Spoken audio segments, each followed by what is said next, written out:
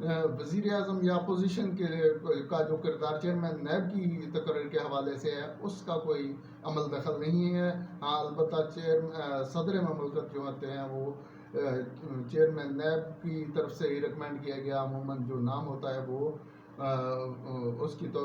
وہ کرتے ہیں توثیق کرتے ہیں اور اس کو پھر نوٹیفائی کیا جاتا ہے. تو نیب قانون کے مطابق یا نیب کے چیئرمین کی جو مراعات ہیں تو وہ چیئرمین نیب کو نیب آرڈیننس کے مطابق گریڈ 22 کے افسر کے برابر مراعات ملتی ہیں. قانونی ماہرین کا یہ کہنا ہے کہ چیئرمین نیب کی تنخواہ جو ہے عدالت عظمیٰ کے جج کے برابر ہوتی ہے. جو یقیناً چونکہ موجودہ چیئرمین نیب جو ہیں وہ سپریم کورٹ کے ریٹائرڈ جج ہیں تو ان کی تنخواہ کم از کم اتنی تو ضرور ہوگی جتنی سپریم کورٹ کے ایک جج کی ہوتی ہے. جو پراسیکیوٹر جنرل نیب ہوتا ہے وہ بھی موجودہ پراسیکیوٹر جنرل نیب جو ہوتے ہیں وہ بھی جو موجود ہیں وہ لاہور ہائی کورٹ کے جج ہیں رہے ہیں. تو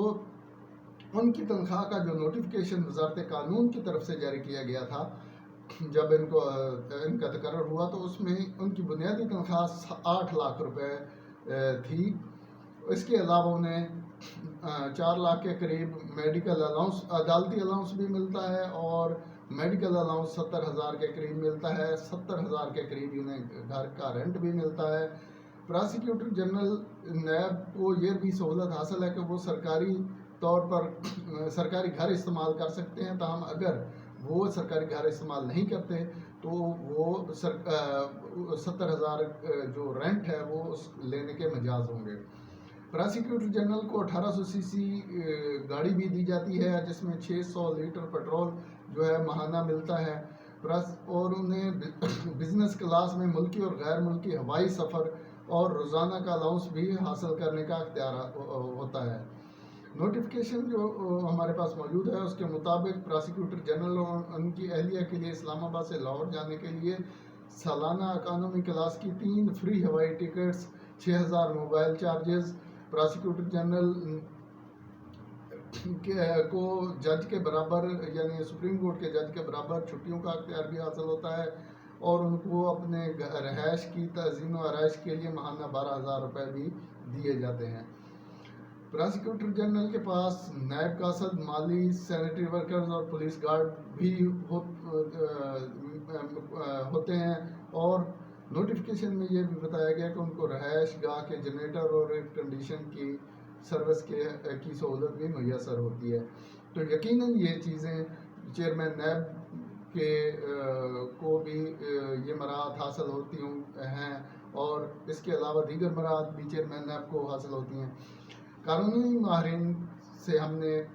مشاورت کی جب اس معاملے میں رائے جاننے کی کوشش کی تو قانونی ماہرین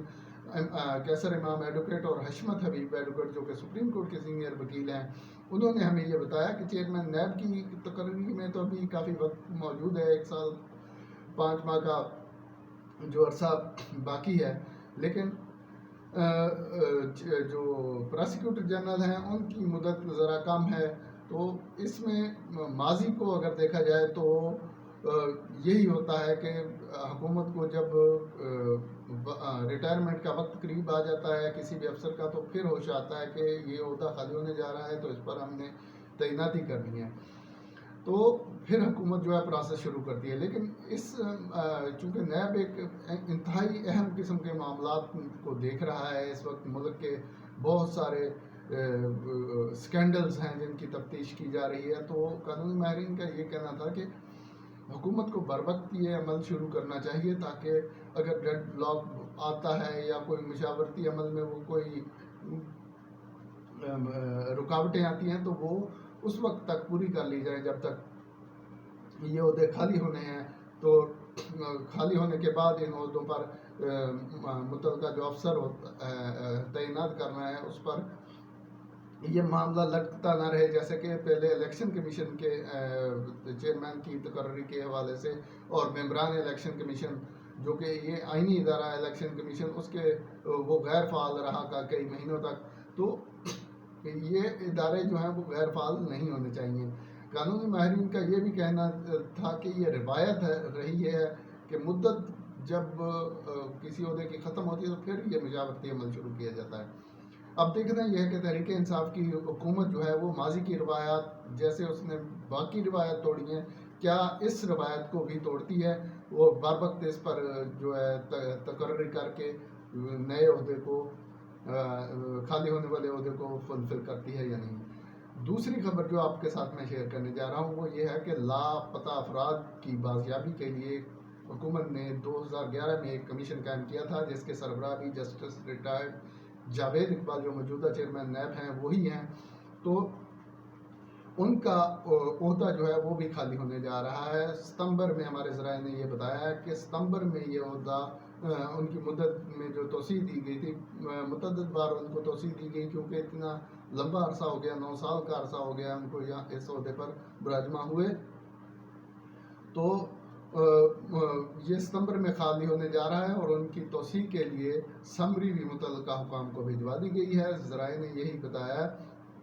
کہ ستمبر میں ہی ان کی جو مدت ہے اس میں توسیع کا نوٹیفیکیشن دوبارہ جاری ہو جائے گا۔ تو قانونی ماہرین کا یہ کہنا ہے کہ زیادہ لمبے عرصے تک اگر کوئی چیئرمین رہتا ہے ایک عہدے پر تو اس کا کام متاثر ہو جاتا ہے۔ حشمت حبیب ایڈوکیٹر نے ہمیں یہ بتایا کہ اگر نیا کوئی فرد ایسے عہدے پر آتا ہے تو وہ نئے اسپرٹ کے ساتھ کام کرتا ہے اور جلد مقدمات نمٹانے کی پوزیشن میں ہوتا ہے۔ تو آپ کو یہ بھی بتاتے چلیں کہ لاپتہ افراد کی بازیابی کے لیے جو کمیشن قائم کیا گیا اس کے پاس اب اس وقت بھی 2000 سے زائد لاپتہ افراد کی درخواستیں موجود ہیں، اور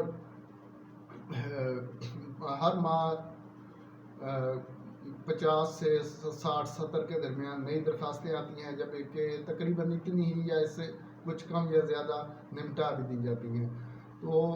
یہ آج کی معلومات تھی ناظرین جو ہم نے آپ کے ساتھ شیئر کی ہیں، اور امید ہے کہ آپ کو یہ معلومات پسند آئیں گی اور ہمیں اپنی رائے سے ضرور آگاہ کیجیے گا۔ اللہ ہم سب کا حامی و ناصر ہو۔